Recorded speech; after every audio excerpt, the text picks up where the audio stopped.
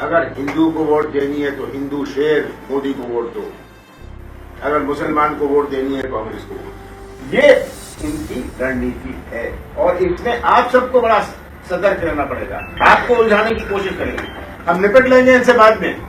नमस्कार, आप देख रहे हैं वीके न्यूज और मैं युधिष्ठिर उपाध्याय। ये सीएम कमलनाथ का वीडियो है जो मध्य प्रदेश के विधानसभा चुनाव से पहले सामने आया था, जिसमें कमलनाथ आरएसएस के कार्यकर्ताओं की बात करते हुए कह रहे हैं कि अगर हिंदू को वोट देना है तो हिंदू शेर मोदी को वोट दो, अगर मुसलमान को वोट देना है तो कांग्रेस को वोट दो। साथ ही मुसलमानों से ये भी कह रहे हैं कि आपको सतर्क रहने की जरूरत है, बाद में हम इनसे निपट लेंगे। एक बार और सुनिए सीएम कमलनाथ का वो वीडियो। मुझे जानकारी आरएसएस के जो लोग इन्होंने फैलाए हुए हैं, मैं तो छिंदवाड़ा की बात करूं, मुझे तो लोग आके बता देते हैं उनके आरएसएस क्योंकि नागपुर से जुड़ा हुआ है, वहां तो उनके लिए सुबह आओ रात को चले जाओ और बड़ा आसान है। वो उनका एक ही स्लोगन है, अगर हिंदू को वोट देनी है तो हिंदू शेर मोदी को वोट दो, अगर मुसलमान को वोट देनी है कांग्रेस को वोट दो। ये इनकी रणनीति है और इसमें आप सबको बड़ा सतर्क रहना पड़ेगा। आपको उलझाने की कोशिश करेंगे, हम निपट लेंगे इनसे बाद में, हम निपट लेंगे इनसे बाद में, पर मतदान के दिन तक आपको सब कुछ सहना पड़ेगा। यानी कि कमलनाथ एक तरह से हिंदुओं से निपटने की बात कर रहे हैं। खैर, अब राज्य में उनकी सरकार भी है तो उन्होंने इस बयान को साकार करना भी शुरू कर दिया है।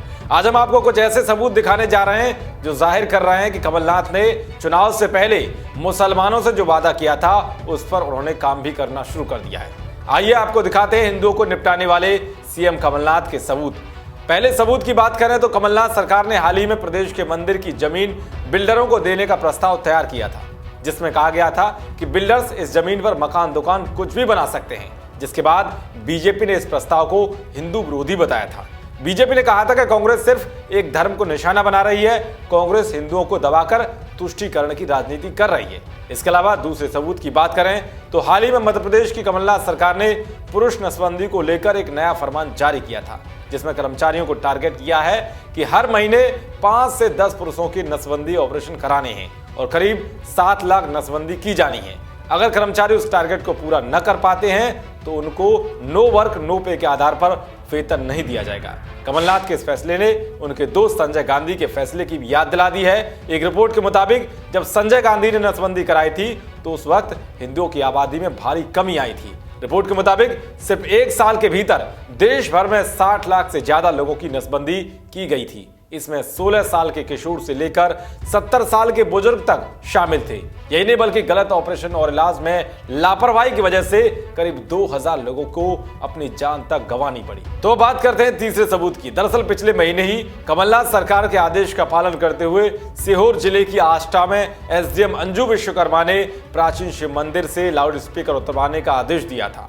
एसडीएम ने कहा था कि अगर लाउड स्पीकर बजाया तो पुजारी के खिलाफ कार्रवाई की जाएगी। गौर करने वाली बात तो यह भी है कि मस्जिदों पर ऐसा कोई भी आदेश जारी नहीं किया गया था। सीएम कमलनाथ की इस तुष्टीकरण वाली राजनीति पर मध्य प्रदेश के पूर्व मुख्यमंत्री शिवराज सिंह चौहान ने ट्वीट करते हुए कहा था कि शर्मनाक तुष्टीकरण। कमलनाथ जी, कोलाहल नियंत्रण के नाम पर मंदिर से स्पीकर हटाने का जो आदेश जारी हुआ है, क्या रात्रि 10 से सुबह 6 के बीच स्पीकर का उपयोग करने वाले दूसरे धार्मिक स्थलों पर भी आप ये लागू करवा पाएंगे? प्रदेश के मुखिया की दृष्टि में तो सभी धर्म समान होने चाहिए या नहीं?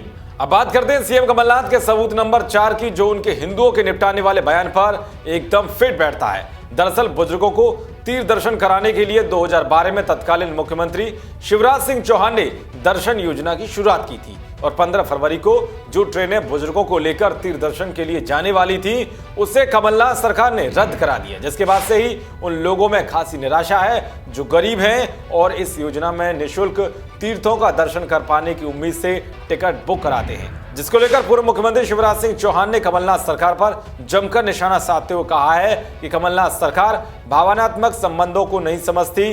बुजुर्गों को तीर्थ दर्शन करवाना जो समर्थ और सक्षम नहीं है, एक पवित्र कार्य है, वो हर अच्छे कार्य को बंद कर रहे हैं। अब बात करते हैं हिंदुओं को निपटाने की साजिश के सबूत नंबर 5 की। दरअसल 12 फरवरी को मुख्यमंत्री कमलनाथ के गृह जिले छिंदवाड़ा के सोनसर कस्बे में प्रशासन के आदेश के बाद हिंदुओं के मसीहा और मुगलों को धूल चटाने वाले छत्रपति शिवाजी महाराज की प्रतिमा को हटा दिया गया था, जिसके बाद कमलनाथ सरकार की खूब छीछा लेदर हुई थी। और ये सब देखते हुए सीएम कमलनाथ के बेटे नकुलनाथ ने अपने खर्च से शिवाजी महाराज की मूर्ति स्थापित कराई। अब बात करते हैं सबूत नंबर 6 की, जो ये साबित करता है कि सीएम कमलनाथ हिंदुओं के विरोध में दिख रहे हैं। दरअसल 5 फरवरी को मध्य प्रदेश की कमलनाथ सरकार ने नागरिकता संशोधन कानून के खिलाफ प्रस्ताव पारित करके ये बता दिया कि वो हिंदुओं के निपटाने वाले बयान पर काम कर रही है और मुसलमानों के लिए सब कुछ करने को तैयार है।